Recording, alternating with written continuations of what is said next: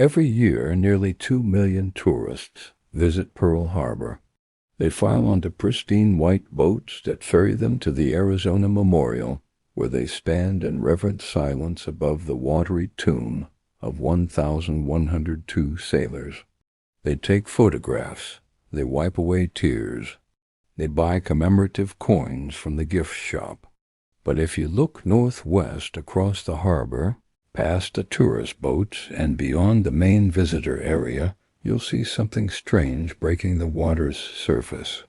A dark, rusted mass of metal, barnacles thick as armor plating, jutting from the shallow water like the rib cage of some prehistoric creature left to decay.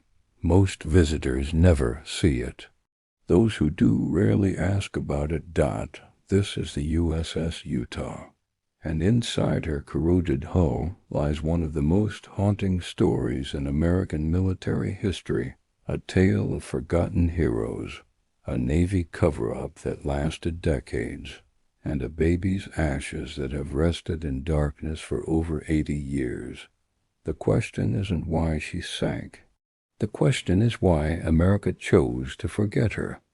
To understand the Utah's fate, you need to understand what she had become by 1941. She wasn't always a reject. When the USS Utah rolled down the launching ways in 1909, she represented American naval power at its finest. Over 500 feet of battleship bristling with 10 12-inch guns, capable of hurling half-ton shells 20,000 yards. Her armor belt was 11 inches of hardened steel. Her crew of over 1,000 men trained constantly for the war everyone knew was coming. But naval warfare moves fast.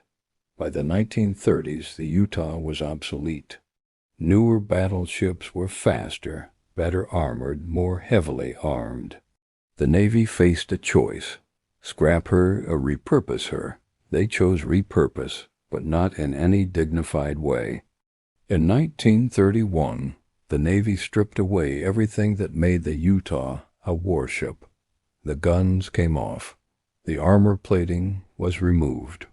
The once proud battleship was converted into a target ship, essentially a floating bullseye for other vessels to practice shooting.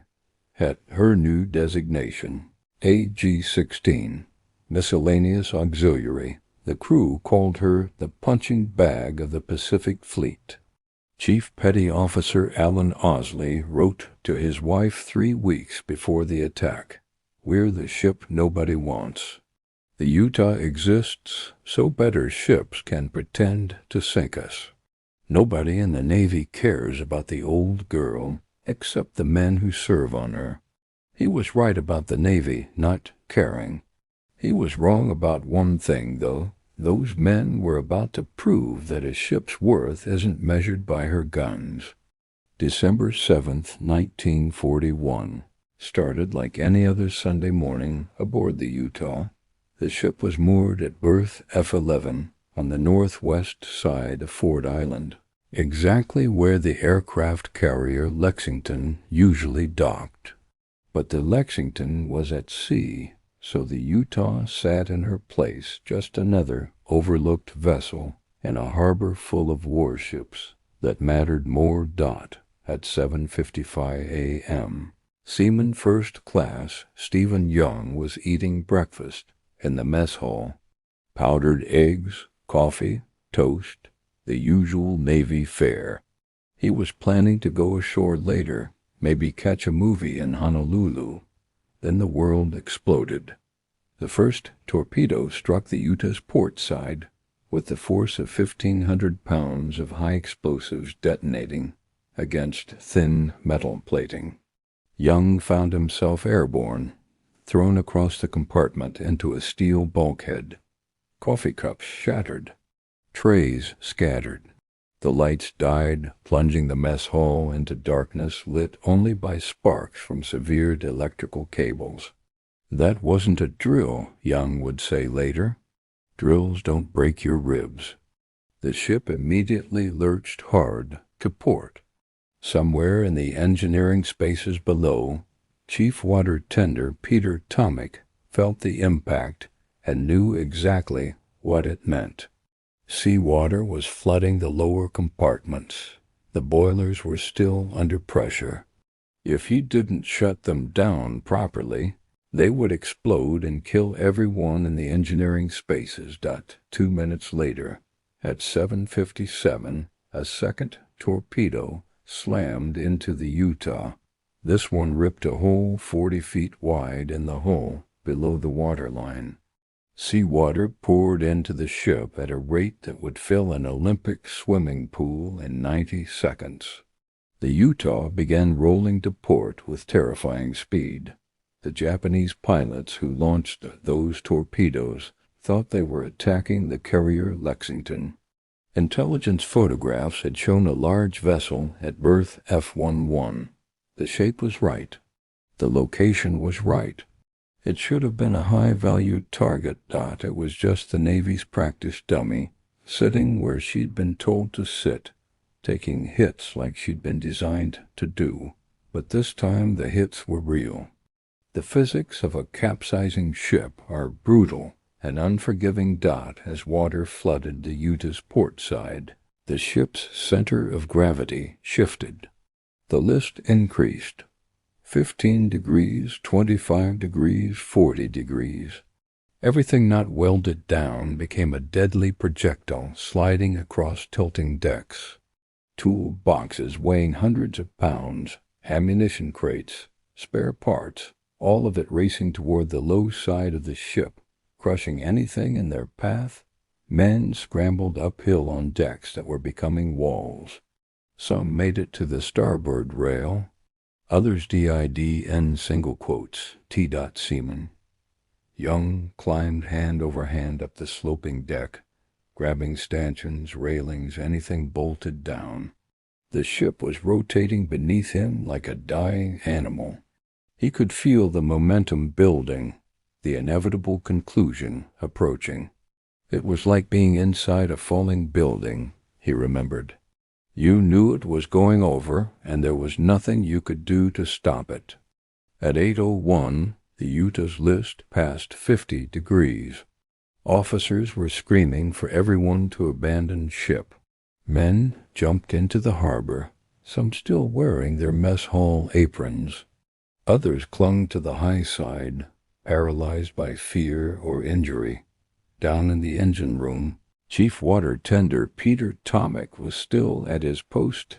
Water was pouring in through the massive hull breach. Steam pipes were rupturing, filling the space with scalding vapor. The temperature was approaching 200 degrees. Tomick could have run. Every survival instinct was screaming at him to get out. He stayed. The boilers had to be shut down properly. If they exploded, the blast would kill dozens of men still trying to escape from the lower decks.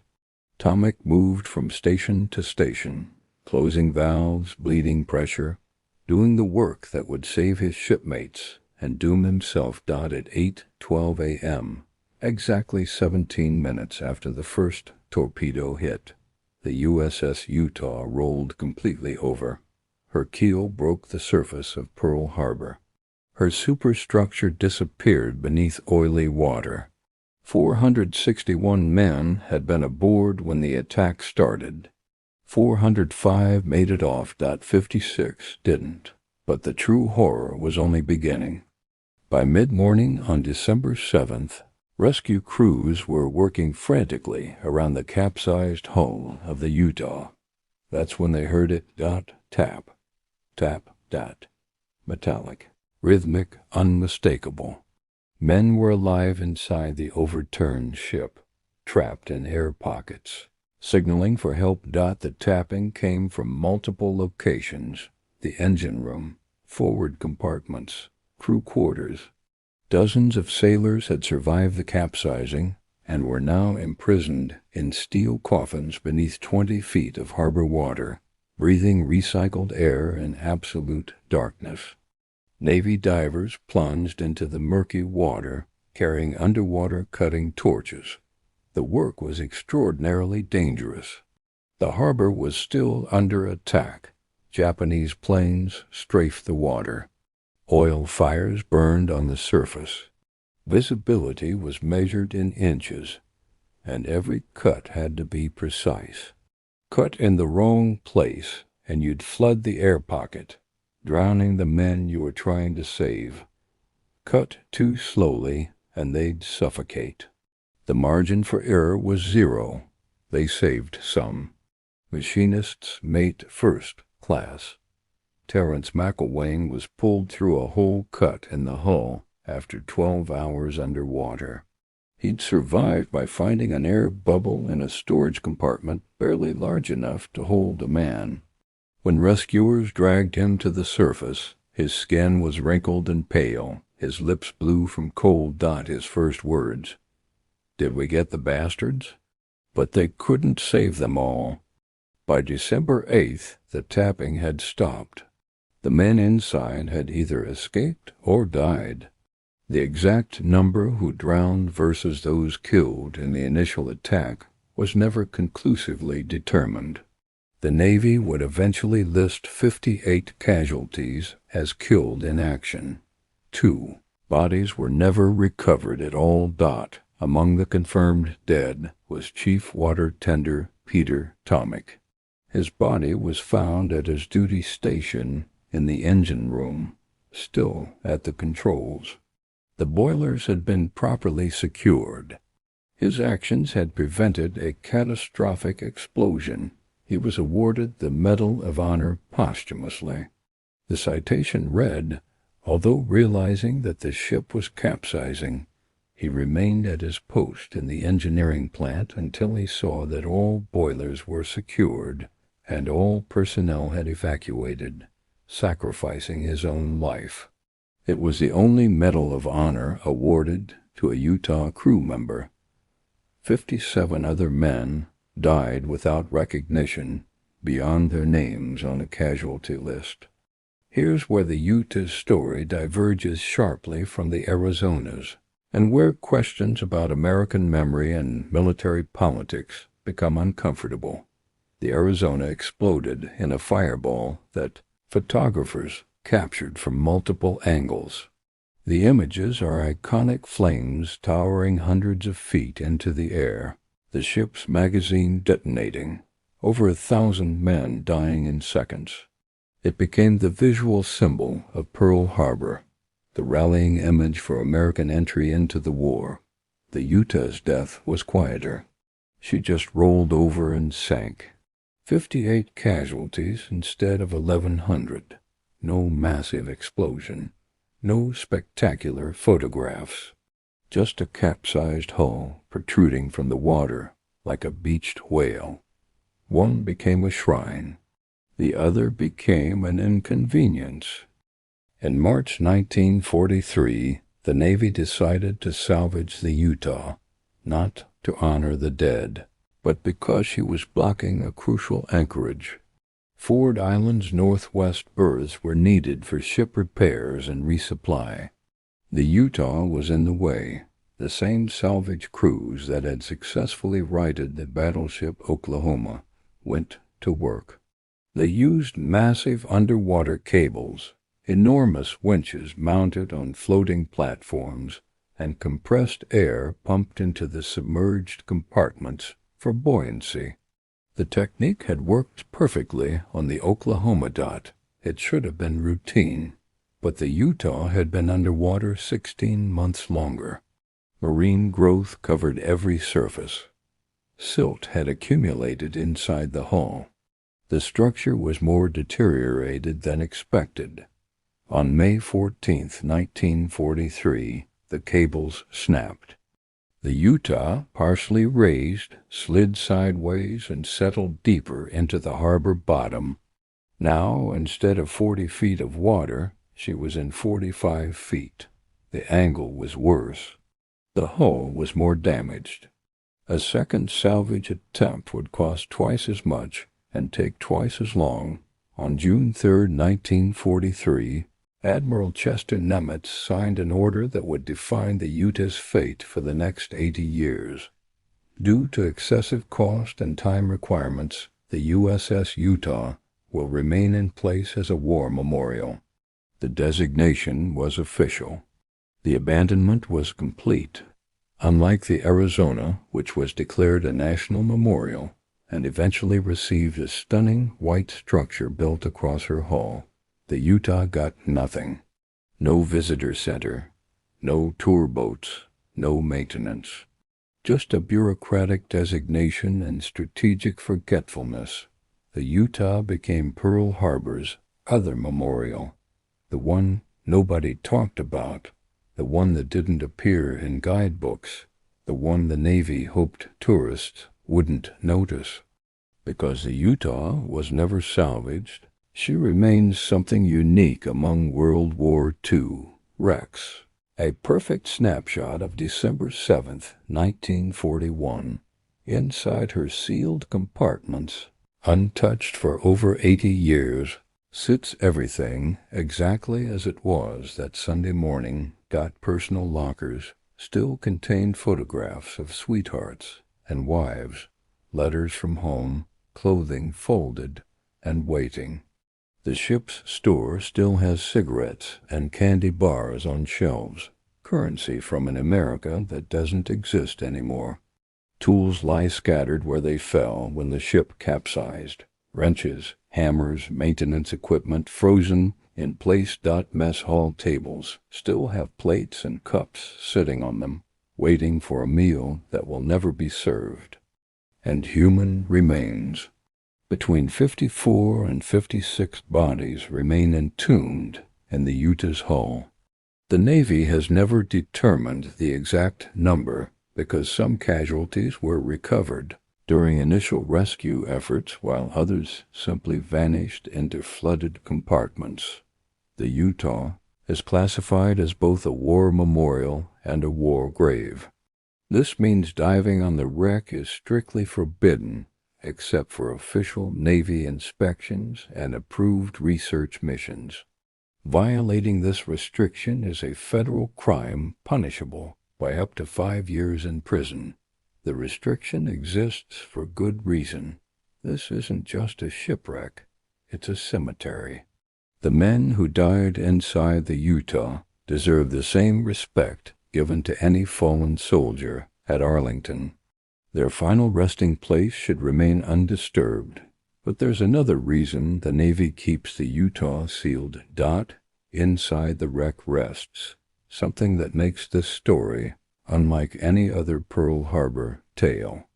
On December 6, 1941, one day before the attack, Chief Yeoman Albert Wagner boarded the USS Utah carrying a small wooden box. Inside the box was a ceramic urn containing the ashes of his infant daughter, Nancy Lynn Wagner.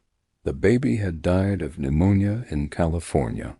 Wagner was transporting her ashes to Hawaii for burial in the military cemetery at Honolulu. Navy regulations allowed service members to transport cremated remains as personal baggage.